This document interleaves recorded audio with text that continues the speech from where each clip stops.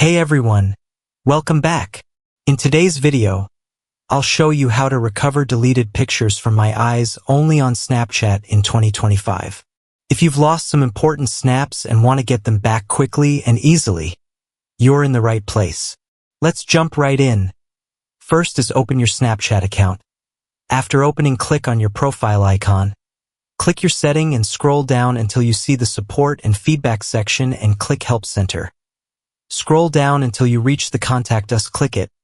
Now here click I need help with my Snapchat feature. Scroll down and in here Memories. In here click Yes.